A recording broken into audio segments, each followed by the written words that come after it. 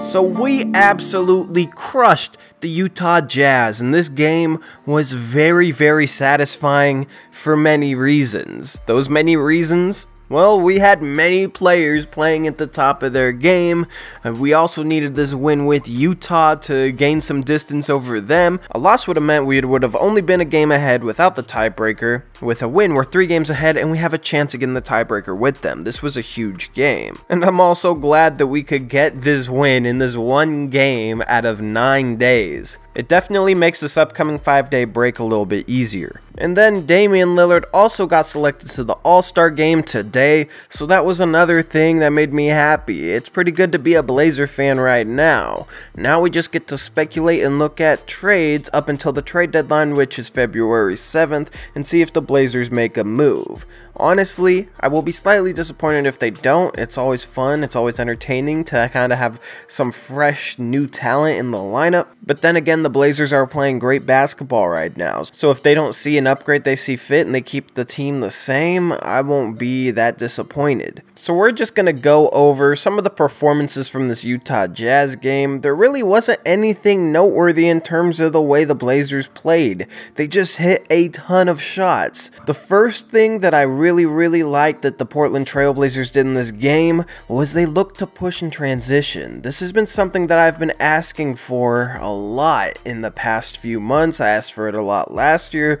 This is a team that has the personnel to run. You got 2 ball handling guards that can score off the dribble and can score at all 3 levels. And then you got 2 wings who are lanky and athletic and quick in the open court, and them going downhill filling the wings makes for a good transition offense. And then trailing the play, you got a sniper of a 3-point shooter yesterday in Myers Leonard, who can hit that trail 3, and if Gobert gets back first to protect the rim, then you got Myers there to knock that down. Especially against a team like Utah, who has a stifling half-court defense, it was very smart of us to try and get them running in transition, try and get transition buckets before they were set, and it gave us a lot of momentum. Transition offense is exciting to watch, and you can hear it with the crowd's reactions.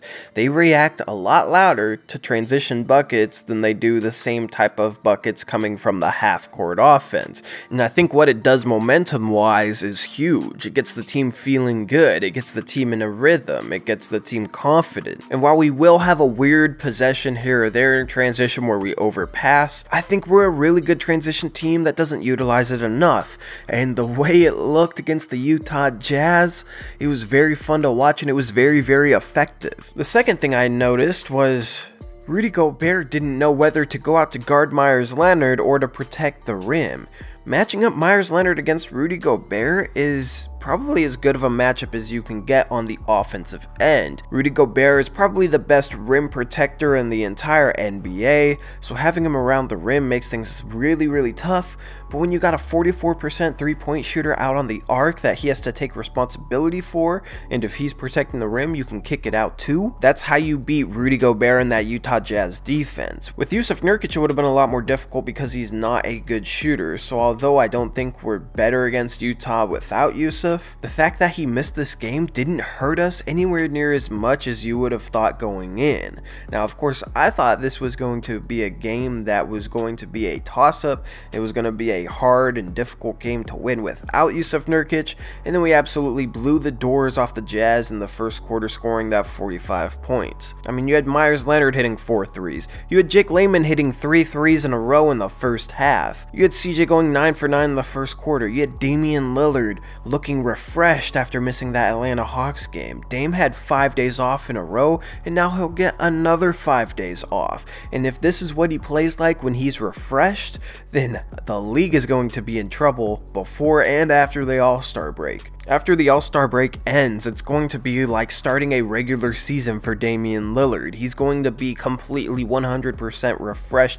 because of the rest that he's getting right now and the rest that he'll get during the All-Star break. And in terms of the way he played, he looked very fresh, he looked sharp, his mind also looked sharp, he was very decisive, very confident. I only hope we can get the same results from having Jusuf Nurkic sit out against the Utah Jazz, because Jusuf Nurkic will go a full 9 days without playing, and I don't think that knee injury is an issue at all. I think that is just something that they might have been being cautious with, or it's just an excuse to rest Jusuf Nurkic. Stotts might be a genius for that, for keeping Nurkic as questionable up until an hour before the game and then ruling him out, and then putting out Myers Leonard as a stretch 5 that works well offensively against Rudy Gobert to draw him out of the paint. At first I was like, you can't rest Jusuf Nurkic against the Utah Jazz, we really need to win this game. But if there was ever a team to rest Jusuf Nurkic, it was probably the Utah Jazz. Even though he played great against them in the previous matchup, Myers Leonard drawing Gobert out of the paint was a huge key to opening up our offense. Utah struggles against teams that run 5 out and run in transition. If we play them in the playoffs, this is something that we need to remember. Now moving on to CJ McCollum, I think I might be able to officially say he's back, because that dude was absolutely on fire during that first quarter. He strung together 2 very good games now, that triple-double against the Hawks and then that 30-point scoring effort against the Jazz. He looks a lot more confident in his shot, especially his 3-point shot. He's getting a little bit more lift on his 3-point shot from his legs, and his release timing is also a little bit more optimized. He's not releasing it quite as late as he was, so he's generating a lot more power on his shot, and I think it's leading to him making a lot more. Before he was missing a lot of shots short, especially from 3-point land.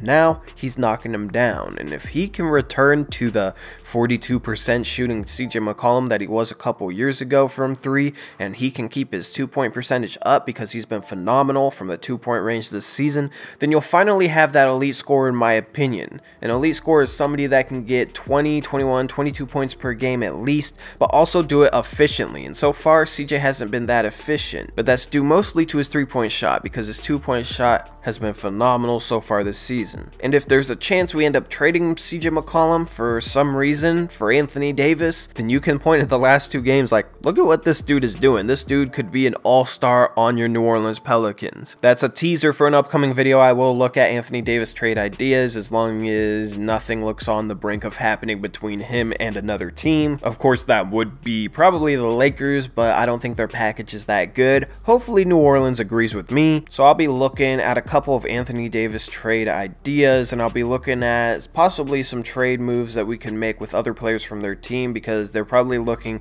to hit the total rebuild button. So you're going to have guys like Nikola Mirotic, who was available last year, who we probably should have traded for, and who the Pelicans traded for, and he killed us in the playoffs. That's a guy that will probably be available. And then you got Drew Holiday, Julius Randle, maybe Etuan Moore. You got some solid players on that Pelicans team that might be of interest to us. After this 5-day break, on Tuesday we play the Miami Heat, and this is a game we should win. We lost to them at the very start of the season. It would be nice to get some revenge. They won't have Goran Dragic, who is a guy who's known to give us fits in the past, and they don't really have a team that can shoot, so we should be able to pack the paint and lock down their offense. They really don't have a good offense whatsoever. Josh Richardson right now is probably their best player, but that dude's not supposed to be a #1 scorer. Get Jusuf Nurkic back to battle with Hassan Whiteside. That should be a good matchup, and the Miami's bench doesn't put any fear into me at all. They have a pretty mediocre, weak bench. This is a game we should take care of. It'd be nice to go 13 games above 500 at 33-20 before we face off against the San Antonio Spurs on trade deadline day on the 7th. I will have game recaps for both those games because these games are so spread out. That's what I'm doing. So anyway, that's some of my plans upcoming. I hope you guys enjoy the content. And with all that said, this is a wrap. I'll see you guys later. This has been Tori.